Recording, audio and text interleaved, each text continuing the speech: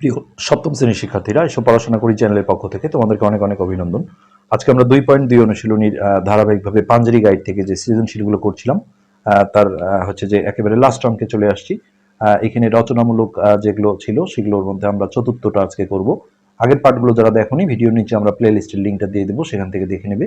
তো এখানে ছিল রিয়াজ সাহেবের মাসিক মূল বেতন 30,970 টাকা, বার্ষিক মোট আয়ের প্রথম 2 লক্ষ টাকার আয়কর শূন্য, পরবর্তী টাকার উপর আয়করের হার হচ্ছে শতকরা 10 টাকা। আর একটা কথা বলা আছে, $1 সমান 81.50 টাকা। তো ক নম্বরে চাওয়া হয়েছে 12%কে সাধারণ ভগ্নাংশে লঘিষ্ঠ আকারে প্রকাশ করো। তো আমরা আগে ক নম্বরটা সলভ করছি, 4-এর ক। তো এখানে দেয়া ছিল হচ্ছে 12%। 12%। তো সাধারণ ভগ্নাংশ মানে হচ্ছে এই শতকরাটা তুলে দিতে হয়। তো পার্সেন্ট তুললে নিচে একটা 100 নিয়ে আসতে হয়। আর লঘিষ্ঠ বলা হয়েছে এই কারণে যে এটার মধ্যে একটা কাটাকাটি আছে। হ্যাঁ, 4 দিয়ে কাটলে 3 4 12, আর এটা 4 25 100। সো এটি কিন্তু আমাদের রেজাল্ট। আর কখনো যদি দশমিক ভগ্নাংশ চায় তখন 25 দিয়ে আবার 3কে ভাগ দিয়ে এটা দশমিক ভগ্নাংশে নিয়ে আসতে হবে। এরপর আমরা খ নম্বরে ঢুকছি।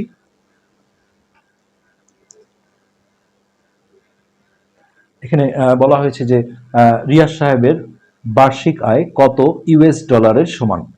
তো এই যে মাসিক মূল বেতন আছে, এখান থেকে আমরা 12 দিয়ে গুণ দিয়ে আগে বাৎসরিক বেতনটা বের করে নিয়ে আসব। তো রিয়াজ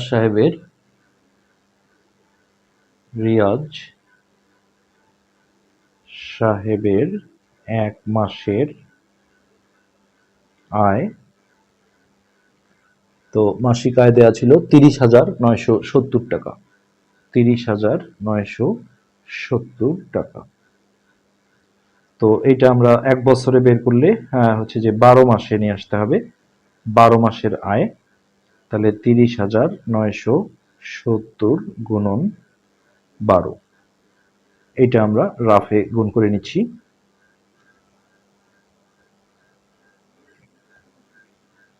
2 শূন্য শূন্য, 7 দুগুণে 14, 14 4 হাতে 1, 9 দুগুণে 18, আর 19 9 হাতে 1, 2 শূন্য শূন্য 1, আর 3 দুগুণে 6। তারপর এক ঘর শূন্য, 1 শূন্য শূন্য, 7 অক্ষে 7, 9 অক্ষে 9, 1 শূন্য শূন্য, 3 অক্ষে 3। তো 0 4, 9 এর সাথে 16, 16 6 হাতে 1, 9 আর 1 10, আর 1 11, 1 হাতে 1, 6 আর 1 7। তাহলে হচ্ছে একক দশক শতক হাজার অযুত লক্ষ, 3,71,000, 3 লক্ষ কমা দিলে ভালো হয়, 71,640 টাকা। এটা হচ্ছে তার বাৎসরিক আয়। হ্যাঁ, এখন বলা হয়েছে যে এই বাৎসরিক আয়টা কত $, সমান, তার মানে এই এত টাকা সমান কত $। তো জাস্ট আমরা $কে ডানে ফেলবো। এখন আমরা এইভাবে লিখি, উদ্দীপকে এটা দেওয়া আছে, 81.50 টাকা সমান 1 আমেরিকান ডলারকে $, বলে, $। তো এখানে প্রথমে 1 টাকা বের করতে হবে। 1 টাকা সমান 1/81.50 $। তারপরে এই জায়গায় আমরা এই টাকাটা ঢুকিয়ে দেব, 3,71,640 টাকা। এটা উপরে বসাতে হবে, 71,640, আর নিচে ছিল 81.50। তো এটা আমরা যদি দশমিকটা তুলে দিই, তাহলে উপরে একটা 100 আসবে। নিশ্চয়ই এই নিয়মটা তোমরা জানো, হ্যাঁ, যে এই দশমিকের জন্য একটা 1 নিতে হয় আর তারপরের অঙ্কগুলোর জন্য 0 নিতে হয়। তো আমরা দশমিক ছাড়া জিনিসটাকে লিখব, উপরে আমরা একটা 100 নিয়ে নিলাম, আর নিচে ছিল আমাদের এটা দশমিক ছাড়া। এখন আমরা যদি কাটাকাটিতে যাই তাহলে এই শূন্যটা আমরা ক্যান্সেল করে দিই। তারপরে এটা 5 দিয়ে কাটা যায়, 5 দুগুণে 10, আর এইটাকে 5 দিয়ে কাটলে প্রথমে 5 অক্ষে 5, 6 7 8 3 31, 5 6 30, 31 5 15, 3 5 15। তো এটা দেখো 3 দিয়ে যাওয়ার পসিবিলিটি আছে। 6 4 10 11, 12 13 14 15 16 17 18 19 20 21। তোমরা ষষ্ঠ শ্রেণীতে পড়েছো, একটা সংখ্যার অঙ্কগুলোর যোগফল 3 দ্বারা বিভাজ্য হলে সেই সংখ্যাটা 3 দিয়ে ভাগ যায়। তবে এইটা কিন্তু আবার যায় না, 6 3 9 1 10, 3 দিয়ে যায় না। হ্যাঁ, তাহলে সেক্ষেত্রে আমাদের একটু দেখতে হবে কত দিয়ে যায়, 7 দিয়ে যায় কিনা আমরা একটু দেখে নিই।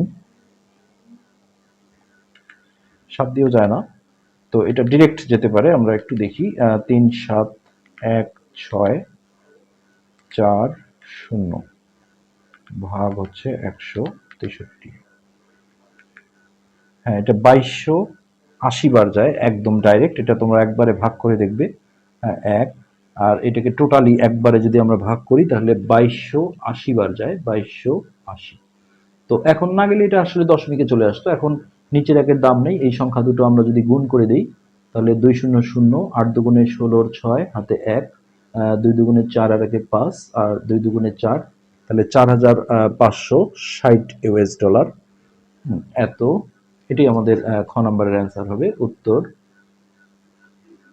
4560 ইউএস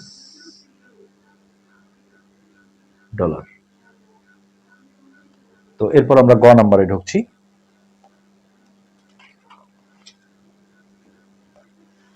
আমরা গ নাম্বারটা তোমাদের দেখাই কি চাওয়া হয়েছিল এখানে।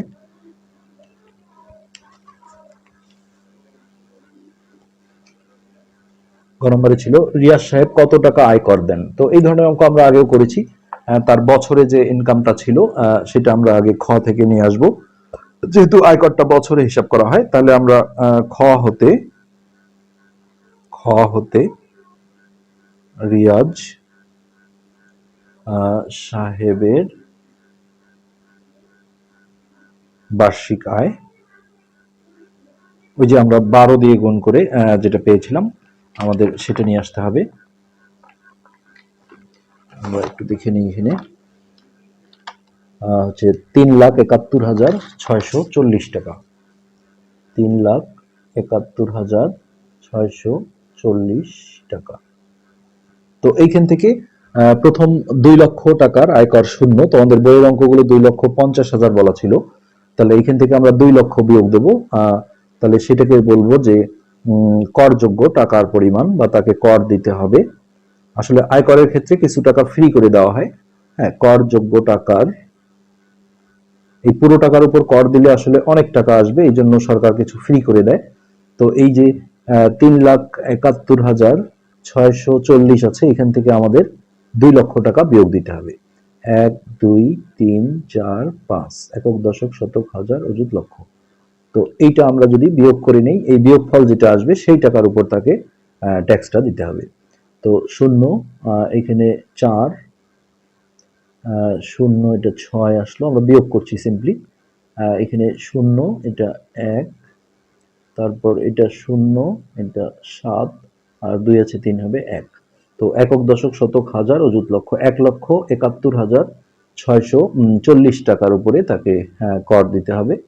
তো আয়কর ছিল হচ্ছে 10%।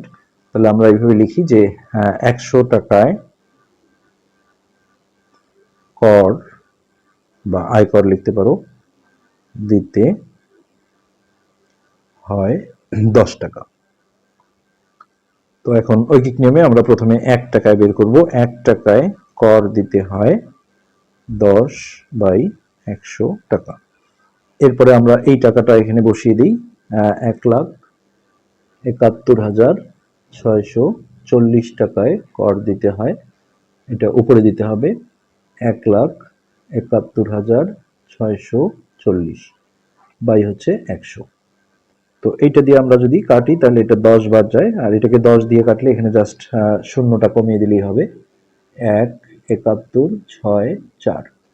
তো এই 17,164 টাকা যেটা আসলো, এটাই আমাদের এখানে অ্যান্সার। 17,164 টাকা, এই টাকাটা তাকে হচ্ছে যে কর দিতে হবে। এটাই আমাদের গ নম্বরের উত্তর। আর এটার সাথে সাথে আমাদের আজকে 2.2 এর সমস্ত পার্টগুলো শেষ হয়ে গেল। আজকে এই পর্যন্তই। ধন্যবাদ।